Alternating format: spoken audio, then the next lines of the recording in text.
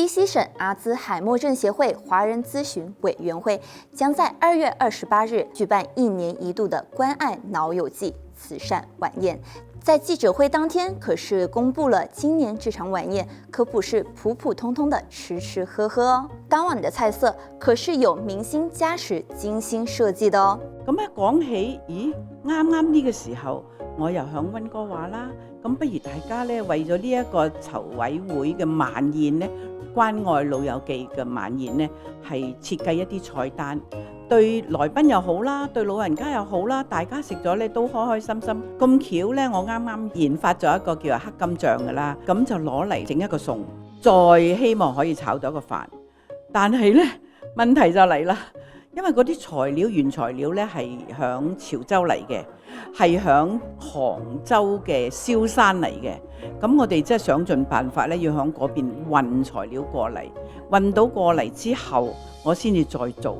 咁所以變咗咧，即係好有意思咯。即係雖然我係話唔係話捐到好多錢，不過我就出心出力去做呢一件事，亦都喚醒大家，希望大家都關愛屋企有腦退化嘅老人家或者係朋友。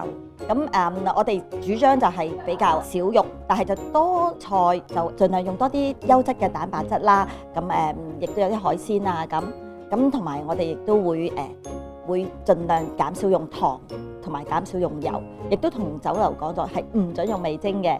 咁喺甜品方面咧，我哋亦都準備咗啲羅漢果糖俾酒家，佢哋就係喺啲調味嗰度，我哋就用羅漢果糖嚟調味。咁就希望大家咧食嘅時候咧可以好放心，唔使驚話自己血糖飆升咁去食，咁可以慢慢咁去品嚐我哋嘅甜品咁樣。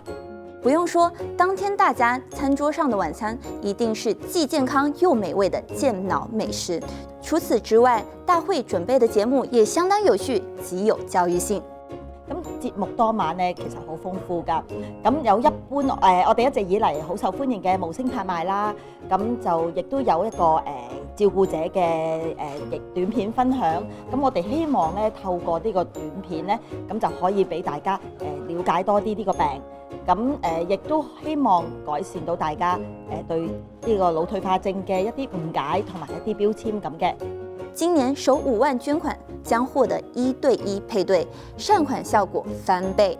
感謝一班無名氏嘅善長、林氏家庭同埋另外一個林氏家族，佢哋捐出咗5萬蚊嘅善款作配對，即係話你捐100蚊，協會咧就會收到200蚊嘅捐款。支持協會嘅方法有好多。例如我哋可以買飛參加慈善晚宴啦，或者捐款支持。如果有任何嘅查詢，可以打熒光幕上嘅電話，同埋瀏覽我哋嘅網址。適逢活動正在農曆新年期間，所以財神和武師也會到場，為大家送上新年祝福，一邊慶祝一邊做善事。